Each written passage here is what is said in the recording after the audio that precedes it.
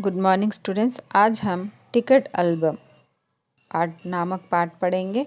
चित्र में क्या दिखाई दे रहा है? चित्र में कई सारे स्टैम्प्स दिखाई दे रहे हैं। आपने डाक टिकटों पर कौन कौन से चित्र देखे हैं? डाक टिकटों पर महात्मा गांधी, इसारा, बहुत सारे लोगों के चित्र देखे हैं। आप किन चीज़ों का संकलन करना चाहेंगे? मैं सिक्कों का संकलन करना चाहूँगी। अब राजप्पा को कोई नहीं पूछता। आजकल सबके सब नागराजन को घेरे रहते हैं। नागराजन घमंडी हो गया है। राजप्पा सारे लड़कों में कहता फिरता, पर लड़के भला कहाँ उसकी बातों पर ध्यान देते। नागराजन के मामा जी ने सिंगापुर से एक एल्बम भिजवाया था। वह लड़कों को दिखाया करता। सुबह पहली घंटी के बजने तक सभी लड़के नागराजन को घेर कर एल्बम देखा करते। आधी छुट्टी के वक्त भी उसके आसपास सड़कों का जमघट लगा रहा था। कई लोग टोलियों में उसके घर तक हो आए। नागराजन शांतिपूर्वक सभी को अपना एल्बम दिखाता, पर किसी को हाथ नहीं लगाने देता। एल्बम को गोद में रख लेता और एक एक पन्ना पलटता। लड़के बस देखकर खुश होते। और तो और कक्षा की लड़कियां भी उस एल्बम को देखने के लिए उत्सुक थी। पार्वती लड़कियों की अगुआ बनी और एल्बम मांगने लाई। लड़कियों में वही तेज तर्रारी मानी जाती थी। नागराजन ने कवर चढ़ाकर एल्बम उसे दिया। शाम तक लड़कियां एल्बम देखती रही, फिर उसे वापस कर दिया। अब राजप्पा के एल्बम को कोई पूछने वाला नहीं था। वाकई उसकी शान अब घट गई थी। राजप्पा के एल्बम की लड़कों में काफ़ी तारीफ रही थी। मधुमक्खी की तरह वह उसने एक एक करके टिकट जमा किए थे। उसे तो बस एक यही धुन सवार थी। सुबह 8 बजे वह घर से निकल पड़ता। टिकट जमा करने वाले सारे लड़कों के चक्कर लगाता। 2 ऑस्ट्रेलिया के टिकटों के बदले एक फिनलैंड का टिकट लेता। 2 पाकिस्तान के बदले एक रूस का। बस शाम जैसे ही घर लौटता, बस्ता कोने में पटक कर अम्मा से चबेना लेकर निकर की जेब में भर लेता और खड़े खड़े काफ़ी पीकर निकल जाता।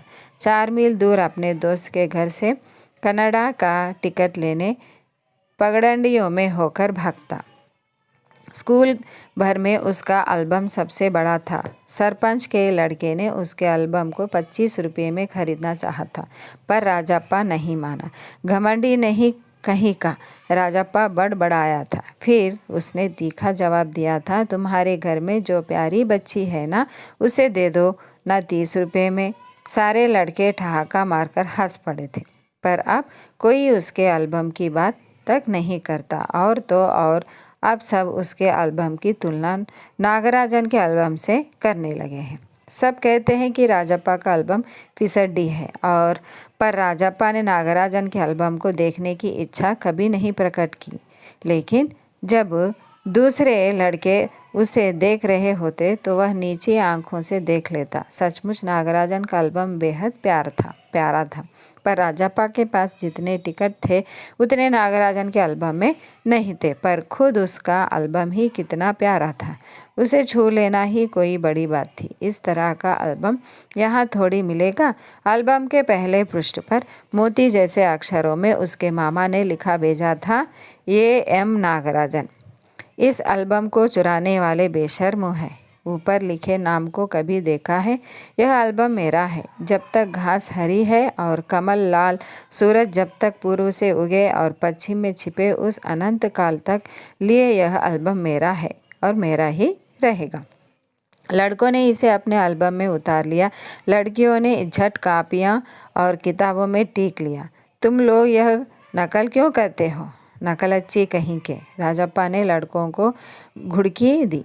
सब चुप रह, पर कृष्णन से नहीं रह गया। जा जा, जलता है ईर्ष्यालु कहीं का। मैं काहे को जलूं? जले तेरा खानदान। मेरा एल्बम उसके एल्बम से कहीं बड़ा है। राजप्पा ने शान बघारी। अरे उसके पास जो टिकटें हैं वह है कहीं तेरे पास? सब क्यों, बस एक इंडोनेशिया का टिकट दिखा दे। अरे पानी भरोगे? हाँ, कृष्णन ने छोड़ा। पर मेरे पास जो टिकट है वह कहाँ है? उसके पास राजप्पा ने फिर ललकारा। उसके पास जो टिकट है वही दिखा दो। कृष्णन भी कम नहीं था। ठीक है, 10 रुपये की शर्त, मेरे वाले टिकट दिखा दो। तुम्हारा एल्बम कूड़ा है, कृष्णन चीखा। हाँ हाँ कूड़ा, लड़के जैसे कोरस गाने लगे। राजप्पा को लगा अपने एल्बम के बारे में बातें करना फालतू है। उसने कितनी मेहनत और लगन से टिकट बटोरे हैं। सिंगापुर से आए इस एक पार्सल ने नागराजन को एक ही दिन में मशहूर कर दिया। पर दोनों में कितना अंतर है, लड़के क्या समझेंगे। राजप्पा मन ही मन कुढ़ रहा था।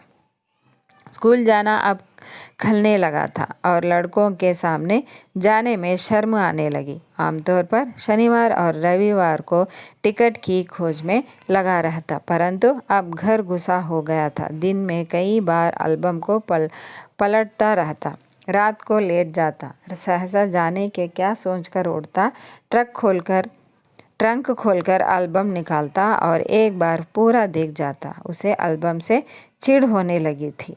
उसे लगा एल्बम वाकई कूड़ा हो गया है। उस दिन शाम उसने जैसे तय कर लिया था कि वह नागराजन के घर गया।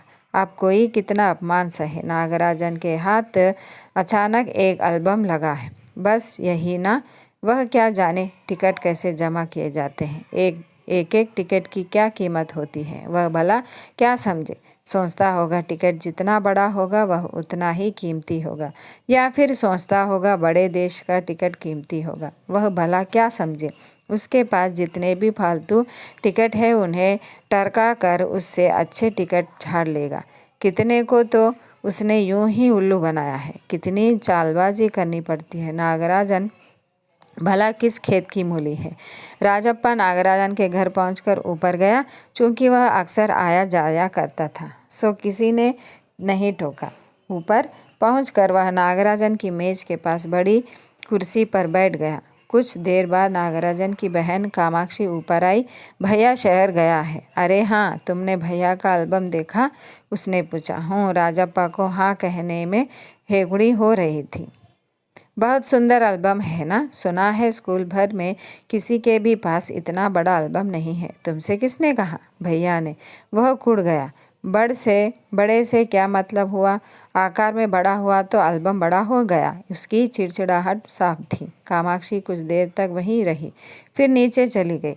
राजप्पा मेज पर बिखरी किताबों को टटोलने लगा। अचानक उसका हाथ दराज के ताले से टकरा गया। उसने ताले को खींचकर देखा, बंद था। क्यों ना उसे खोलकर देख लिया जाए। मेज पर उसने चाबी ढूंढ निकाली। सीढ़ियों के पास जाकर उसने एक बार झांक देखा, फिर जल्दी में दराज खोली। एल्बम ऊपर ही रखा हुआ था। पहला पृष्ठ खोला। उन वाक्यों को उसने दोबारा पढ़ा। उसका दिल तेजी से धड़कने लगा। एल्बम को झट कमीज के नीचे खोस लिया और दराज बंद कर दिया। सीढ़ियाँ उतरकर घर की ओर भागा। घर जाकर सीधा पुस्तक की अलमारी के पास गया और पीछे की ओर एल्बम छिपा दिया। उसने बाहर आकर झाँका।